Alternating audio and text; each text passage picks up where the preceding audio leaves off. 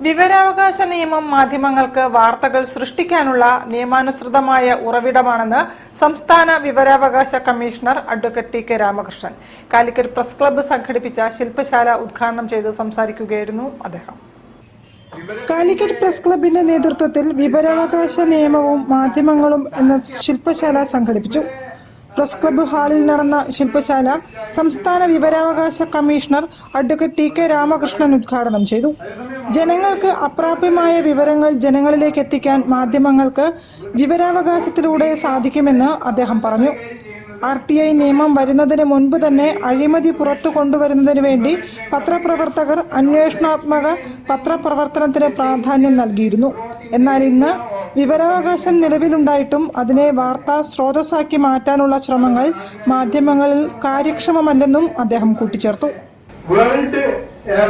വേൾഡിൽ എടുത്തു നോക്കുമ്പോൾ രാഷ്ട്രങ്ങളുടെ ഗുണമേന്മയിലും അവരുടെ അന്തസ്സിലും അഭിജാത്യത്തിലും അവർ ജനങ്ങളോട് കാണിക്കുന്ന കാര്യങ്ങളുടെ പട്ടികകൾ എടുത്തു നോക്കുമ്പോൾ ഇത്തരത്തിലുള്ള മാനദണ്ഡങ്ങൾ പ്രധാനപ്പെട്ടതാണ്.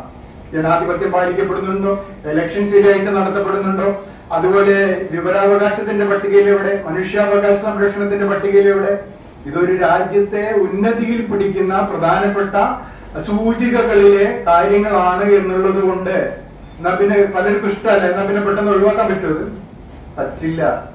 ജനങ്ങളുടെ ഇടയിലും അത് വേരുറച്ചിട്ടുണ്ട്, രാജ്യത്തിന്റെ മൊത്തത്തിൽ അത് വേരുറച്ചിട്ടുണ്ട്. അത് എടുത്തു മാറ്റിയാൽ ആ രാജ്യം ഡീഗ്രേഡ് ചെയ്യപ്പെടും, താഴത്തെ പട്ടികയിൽ താഴെപ്പെടും. ഒരു രാജ്യം അത് ആഗ്രഹിക്കില്ലല്ലോ. അതുകൊണ്ടാണ് ഇഷ്ടമല്ലെങ്കിൽ പോലും ഭരണാധികാരികൾക്ക് ഇതിനെ അങ്ങനെ ചെയ്യാൻ പറ്റാത്തത്. പക്ഷെ പലപ്പോഴും ഇത് വേണ്ടായിരുന്നു എന്ന് ആഗ്രഹിക്കുന്ന ആൾക്കാര് ധാരാളമുണ്ട്, ഉദ്യോഗസ്ഥന്മാരുടെ ഇടയിലുണ്ട്, എല്ലാവരുടെ ഇടയിൽ. പക്ഷെ ഇതൊക്കെ അവർക്ക് വേണ്ടതാണ് എന്നുള്ളതാണ് മറ്റൊരു പ്രത്യേകത. Press club president EP Muhammad പരിപാടിയിൽ അധ്യക്ഷത വഹിച്ചു. പ്രസ് ക്ലബ്ബ് മുൻ പ്രസിഡന്റുമാരായ Kamal Varadoor, M Firoz Khan, press club secretary PK Sajith, vice president KS Reshma എന്നിവരും സംസാരിച്ചു. News bureau, Kozhikode. കൂടുതൽ വാർത്തകൾ ഇടവേളയ്ക്ക് ശേഷം. ക്യാൻസറിനെതിരെ പൊരുതാനായി കാലിക്കറ്റ് സിറ്റി സർവീസ് സഹകരണ ബാങ്കും MVR ക്യാൻസർ സെന്ററും സംയുക്തമായി അവതരിപ്പിക്കുന്ന ക്യാൻസർ ചികിത്സാ സഹായ പദ്ധതിയാണ് മാസ് കെയർ.